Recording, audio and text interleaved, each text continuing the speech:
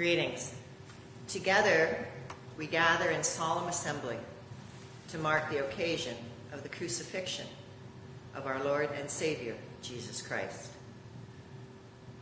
Please let's join together in our call to worship. O Jesus, have mercy on us and help us commit ourselves to your kingdom so that your death was not in vain. Dear Jesus, who was spit at by his accusers, have mercy on us to follow you faithfully. O Jesus, who was beaten and mocked, have mercy on us that we might not be afraid to suffer for you.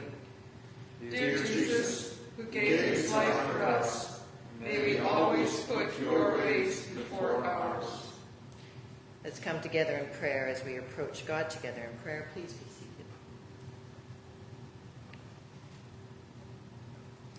Lord Jesus, we come to the foot of your cross and we weep with the disciples. With Mary, we ponder the mystery of your life and death. With those who witnessed your love in word and action, we proclaim the truth of who you are. We come to you this day because you first came to us. We come to love you because you first loved us. We come to serve you because you first served us. We come to worship, humbled by your love for us, offering our love to you.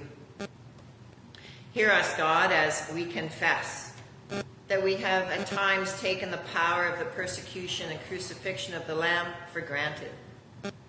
We have dropped the ball sometimes with the praise we don't give, the love we don't share with others, and what we don't forgive. We've tried to use God instead of allowing God to use us. This is our repenting hour, Lord. We commit to redirect our will in alignment with the will of the great I Am. In the matchless name of Jesus, we pray for forgiveness and pardon as we pray together the prayer that our Lord taught us, saying, Our Father, who art in heaven, hallowed be thy name. Thy kingdom come, thy will be done on earth as it is in heaven. Give us this day our daily bread, and forgive us our debts, as we forgive our debtors. And lead us not into temptation, but deliver us from evil. For thine is the kingdom, the power, and the glory, forever and ever. Amen. Friends, what will separate us from the love of Christ? Hardship, distress, peril, or sword? No, in all these things we are more than conquerors through the God who loves us. Neither death or life, nor things present or things to come, can separate us from the love of God in Christ Jesus. Let us rejoice in that. No matter what is happening around us, no matter what we have done, God's deep love will never let us go. We'll sing together now to God's glory, hymn number 239, O Sacred Head, Now Wounded.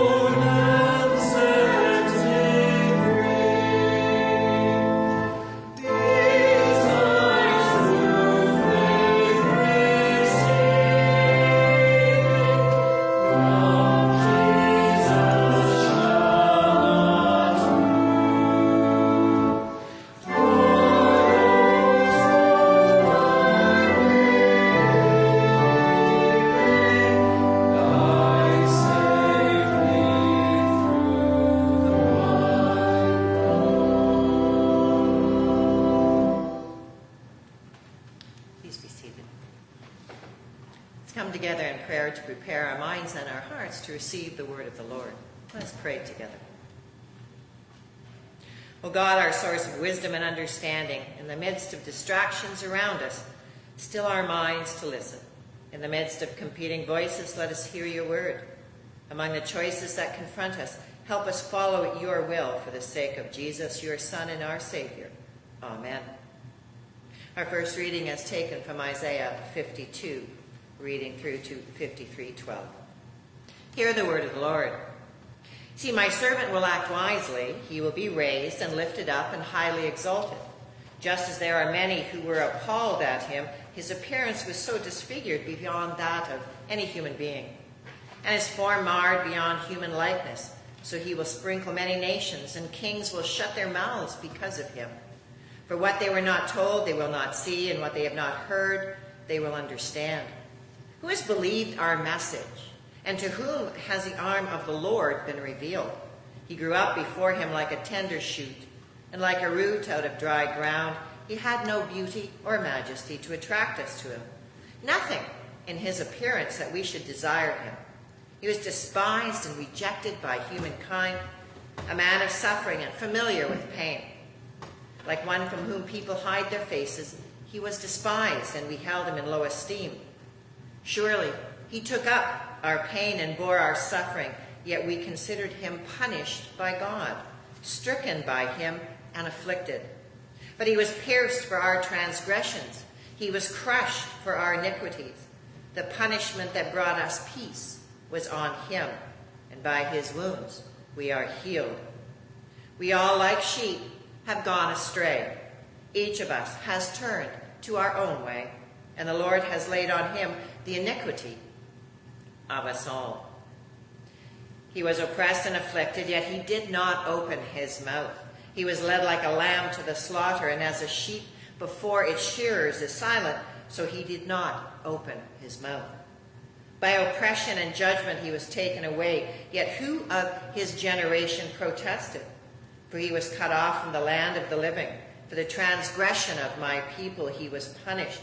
He was assigned a grave with the wicked and with the rich in his death, though he had done no violence, nor was any deceit in his mouth. Yet it was the Lord's will to crush him and cause him to suffer. And though the Lord makes his life an offering for sin, he will see his offspring and prolong his days, and the will of the Lord will prosper in his hand. After he has suffered, he will see the light of life and be satisfied. By his knowledge, my righteous servant will justify many, and he will bear their iniquities.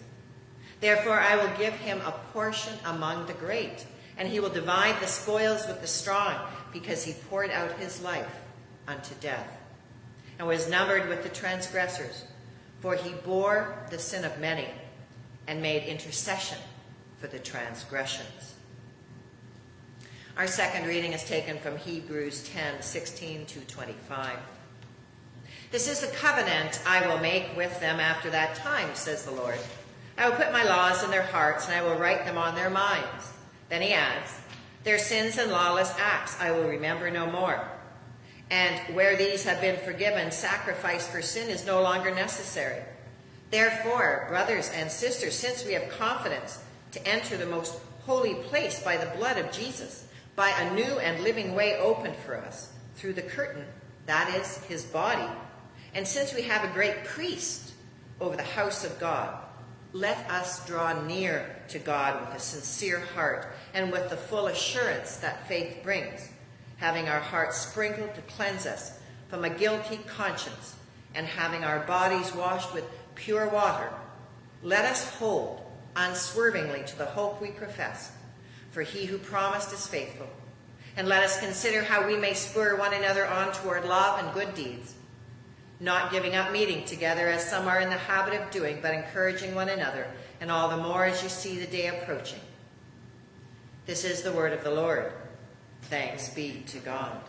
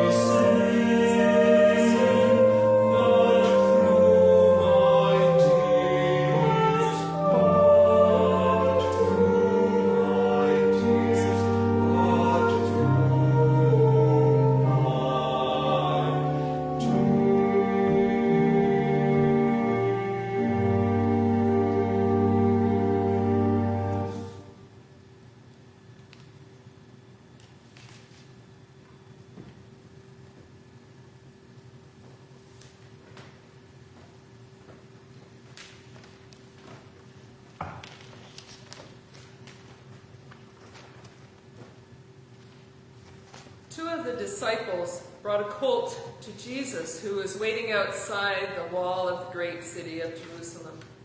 The disciples put garments on the colt, and Jesus sat on it as it was led to one of the great city gates. Many people who saw Jesus coming spread palm branches which they had cut from the trees. The people along the road cheered and cried out, "Hosanna! Hosanna! Blessed be the one who comes in the name of the Lord. Blessed be the kingdom of our father David that is coming. Hosanna in the highest." And in time Jesus was arrested and brought before Pilate, where Jesus was scourged. And the soldiers made a crown of thorns and put it on Jesus' head, and placed a purple robe around his shoulders. Other soldiers came up to him, striking him with their hands, saying, "Hail, the King of the Jews! Hail, King of the Jews! What do you say now? Hail, King of the Jews!" Pilate went before the crowd, saying, "Behold, I am bringing the man Jesus out to you, that you might know that I can find no crime that he has committed." Jesus came out before the crowd, and Pilate said, "Here is Jesus." "Crucify him! Crucify him! Crucify this Jesus! He's not our king! Crucify him! Crucify him!" The chief priest and officers were pleased by the crowd's response because they wanted Jesus crucified. But Pilate again came before the crowd. "Take Jesus yourselves and crucify him. I can find no crime in this man." We have a law. We have a law. By that law, Jesus ought to die. He has made himself the Son of God. He ought to die. As Pilate heard these words, he started to tremble because he was afraid. He turned to Jesus and said, "Where are you from?" But Jesus gave no answer. Pilate went on, "You will not speak to me? Do you not know that I have the power to release you or to crucify you? Where are you from?" Speak to Pilate, Jesus. Tell him. Jesus responded, "You have no power over me, unless it had been from above. Therefore, he who brought me to you has the greatest wrongdoing." Pilate pondered for a while, and then sought to release Jesus, but the crowd cried out, "Crucify him! Crucify this Jesus! He is not our king! Crucify him!" One in the crowd cried out to Pilate, "If you release this man, you are not Caesar's friend. Everyone who makes himself a king sets himself against Caesar." When Pilate heard these words, he took Jesus and placed him before the crowd and shouted, "Here is your king!" "Away with him! Away with him! Crucify him! Crucify him!" Pilate handed Jesus over to the crowd and washed his hands of the whole affair. And in the distance, at the far edge of the crowd, a lone voice cried out, "Crucify him," over and over.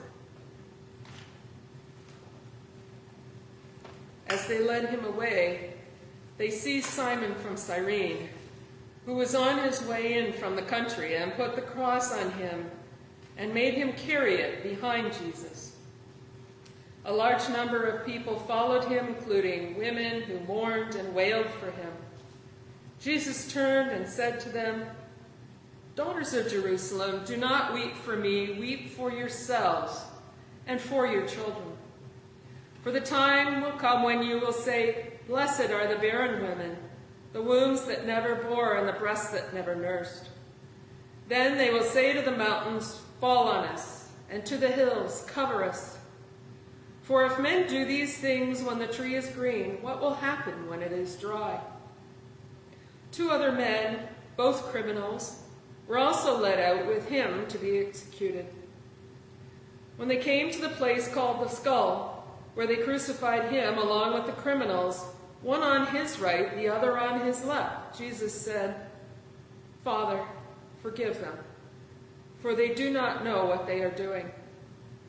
And they divided up his clothes by casting lots. The people stood watching, and the rulers even sneered at him. They said, "He saved others, let him save himself, if he is the Christ of God, the chosen one." The soldiers also came up and mocked him. They offered him wine vinegar and said, "If you are king of the Jews, save yourself." There was a written notice above him which read, "This is the King of the Jews." One of the criminals who hung there hurled insults at him. "Aren't you the Christ? Save yourself and us." But the other criminal rebuked him. "Don't you fear God," he said. "Since you are under the same sentence, we are punished justly, for we are getting what our deeds deserve. But this man has done nothing wrong." Then he said, "Jesus, remember me when you come into your kingdom." Jesus answered him, "I tell you the truth, today you will be with me in paradise." It was now about the 6th hour, and darkness came over the whole land until the 9th hour, for the sun stopped shining. And the curtain of the temple was torn in two. Jesus called out with a loud voice, "Father, into your hands I commit my spirit." And when he had said this, he breathed his last. The centurion, seeing what had happened, praised God and said, "Surely this was a righteous man." When all the people who had gathered to witness this sight saw what took place, they beat their breasts and went away. But all those who knew him, including the women who had followed him from Galilee, stood at a distance, watching these things.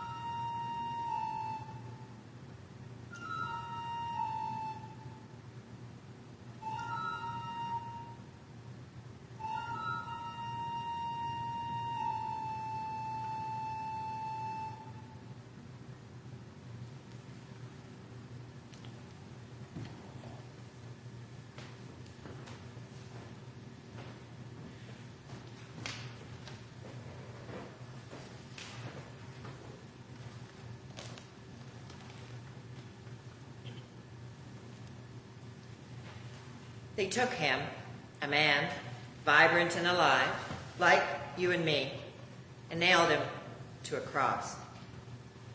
They used the nails to keep his hands and feet from moving. They used the nails to kill the man of God, so he wouldn't bother them anymore. And with each pound of the spike, driven to stifle love and to kill the spirit, went humankind's hatred mingled with animosity, bigotry, and rage. Each nail sounded the phrase, "Crucify him, crucify him."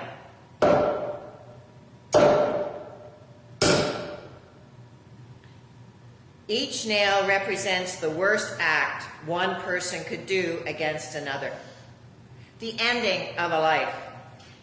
But in the piercing sound of the spike, they realized that from his death could rise a new hope, a world full of goodness.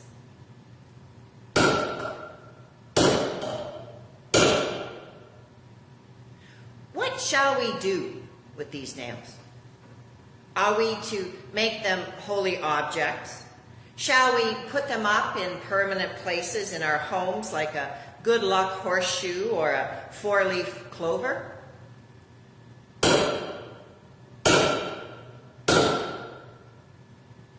Worldly, spiritual, secular, sacred, profane, holy. Where do we draw the lines? Is bread sacred because we use it in communion, even though many starve? Is wine more sacred than grape juice? Is a wooden cross on a hill profane because a man died on it, while a brass cross is holy because it's in the church?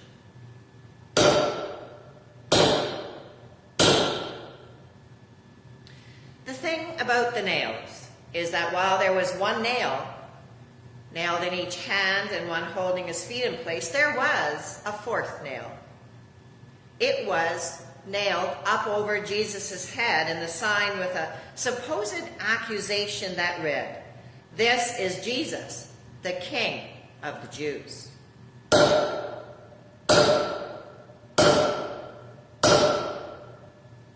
This is my King Jesus. I needed him to touch my cheek and dry some tears, and he did. I needed him to walk where I could not walk, and he did. He walked through death for me. He walked up the hill for me. He traveled every mile, and all I had to do was give Jesus my sins. They caused him to walk into hell for my shame, and he did. We have nothing, and yet he gives us everything. We sent him into hell, and he is coming back to take us to heaven. We nailed him to the cross, and he set us free. We rejected him. He shed his tears for us. We forget what we have done to Jesus. We have nailed him to the cross.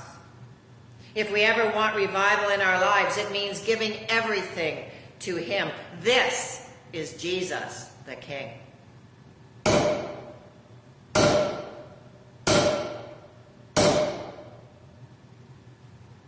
Who are we really?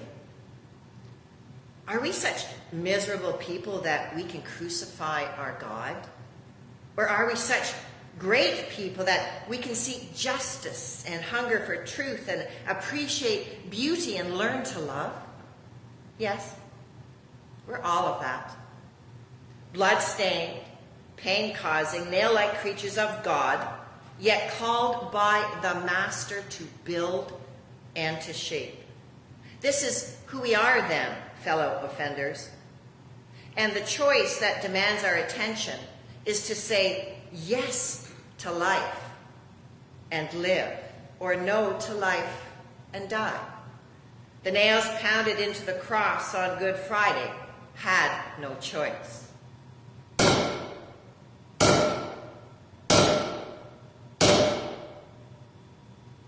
Unlike those nails, we cannot escape the demand to choose. If you are not a born-again child of God this morning, then I beg you to give him your all. And if you are, give him your all again. Because it's likely safe to say we're holding back. Listen with all your heart. Put everything else to the side, because this is what it's all about. Believe with all your heart God can and God will. Not all nails have to be hammered into crosses. Nails can be used to build a solid foundation for a room or a house. This life that each of us has been given can be used to build a solid foundation of trust and understanding in the Lord that others can stand on as well. Our lives can become a pillar of support for someone else's weakness. It can be a ray of insight for someone else's clouded vision.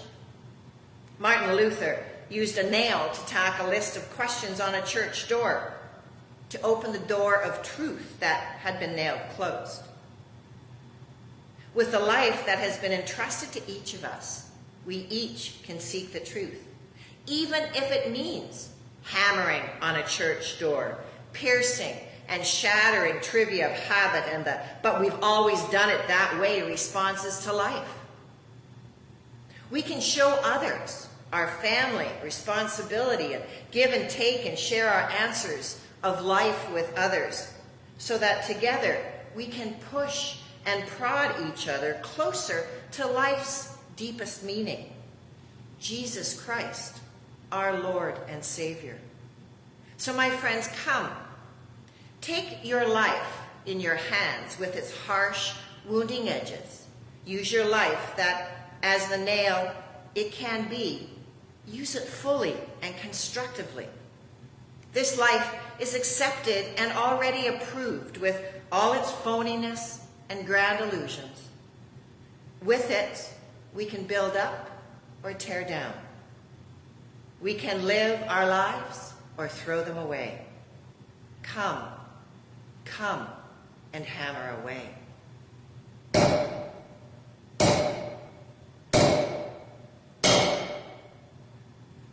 Our hymn is number 233, Were You There?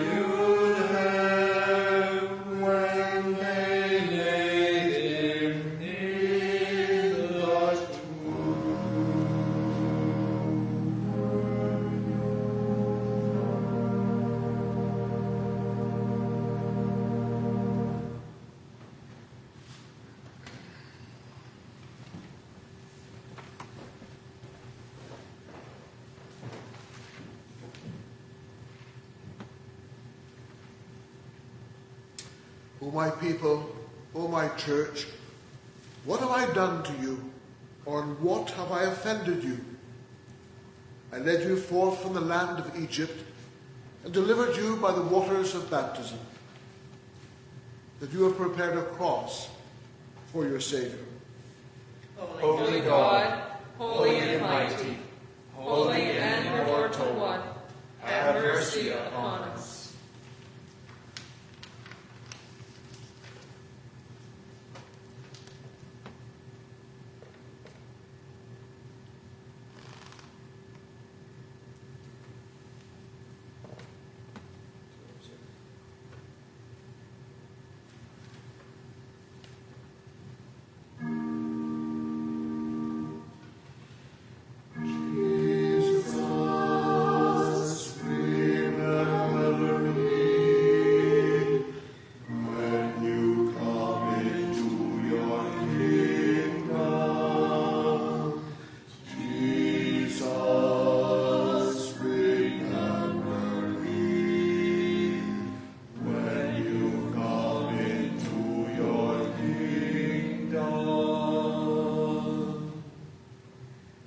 I led you through the desert 40 years and fed you with manna.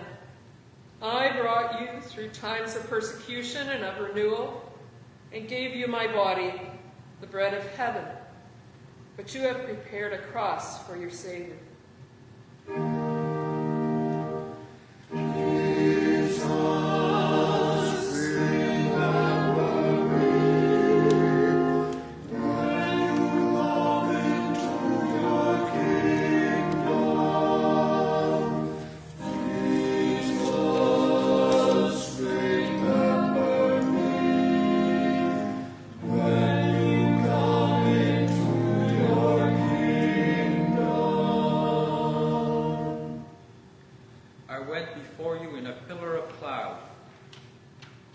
You have led me to the judgment hall of Pilate. I brought you to a land of freedom and prosperity, but you have scourged, mocked, and beaten me.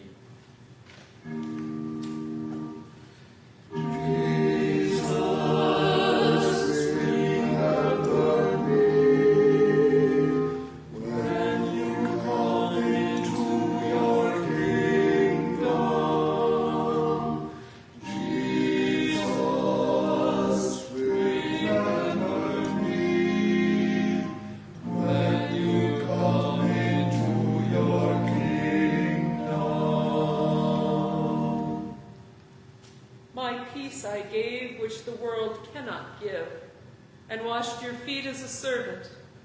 But you draw the sword to strike in my name and seek high places in my kingdom.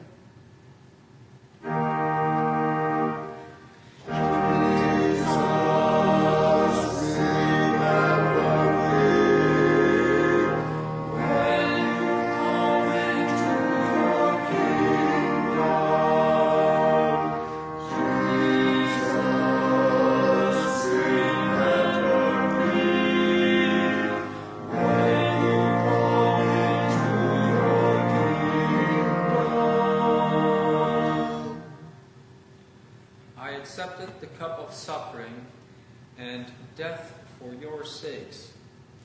But you scatter and deny and abandon me.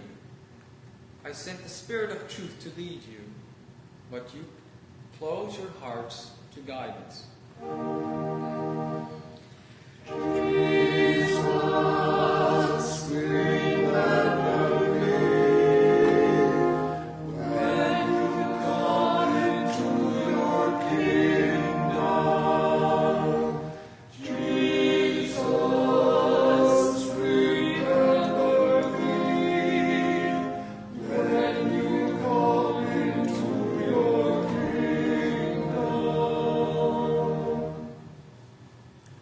I came to you as the least of your brothers and sisters. I was hungry, but you gave me no food. Thirsty, but you gave me no drink. I was a stranger, but you did not welcome me. Naked, but you did not clothe me. Sick and in prison, but you did not visit me.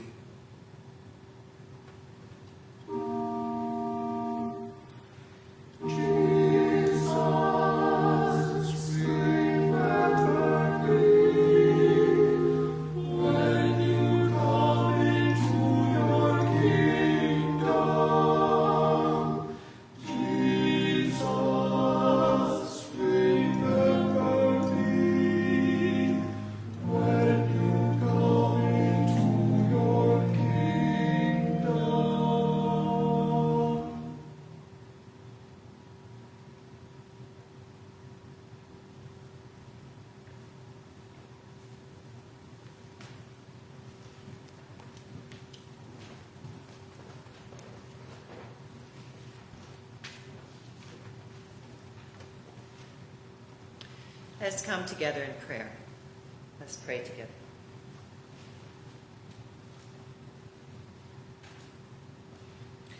O God of peace within our lives and relationships and in communities around the world, we face conflict and antagonism. We pray for places where violence and cruelty seem to win the day, for countries where war cuts down innocent bystanders and where divisions lead to the abuse of power and belittling of opponents, where unreasonable force is used to quell dissent. Loving God, send your Spirit to work among troubled nations and give us peace in our time. O God of hope, the world has been confusing and bleak during the pandemic, but you pierce the darkness with hope and renewed vision. We give you thanks for new discoveries to ease suffering, for wisdom and resources shared, for courageous service that restores hope and brings healing. As we mark Jesus' death this day, we pray for those who are ill and dying, and for those who are bereaved or feel any burden of loss. Renew our trust in your resurrecting love. We give you thanks for those who have died and abide with you. Keep us united with them and bring us together with you at the last. Loving God, send your Spirit to work in troubled lives and give us hope in our time, even now as we hold up to you the prayers of our hearts in the silence of our minds.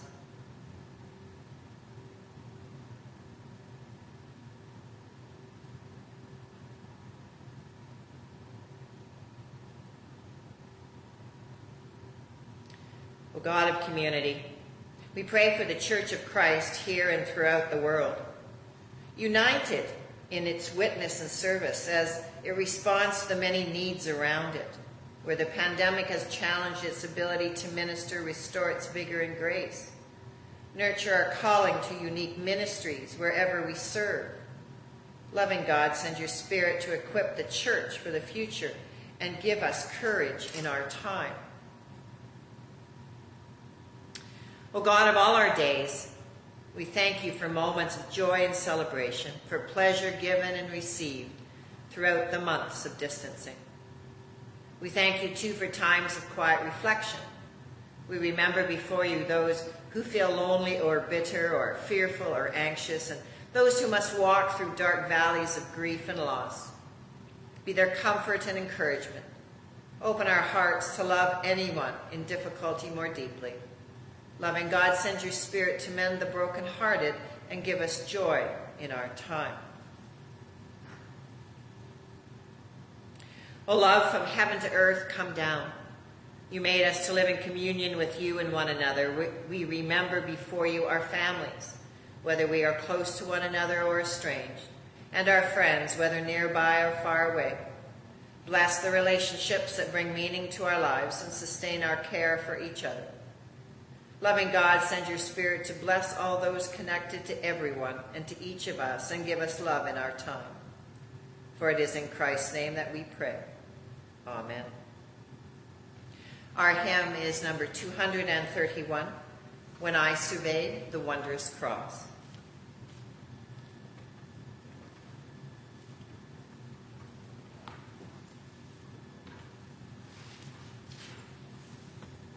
When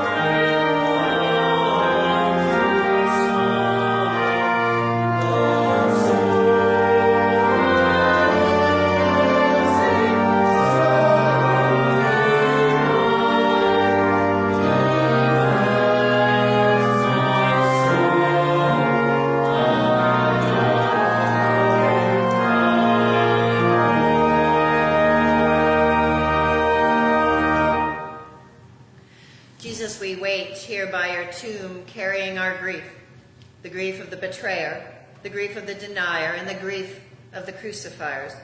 We carry the grief of the lost, the heartbroken, the bereft. Upon you is laid the grief of us all. It is finished. God of endings, God of darkness, God of the tomb, God of dark days and great loss, be with us now as we await to be with Jesus again. So, my friends, live as free people in Christ and reckon together with us as we leave this place, but know that we come back Easter Sunday to the light of Christ.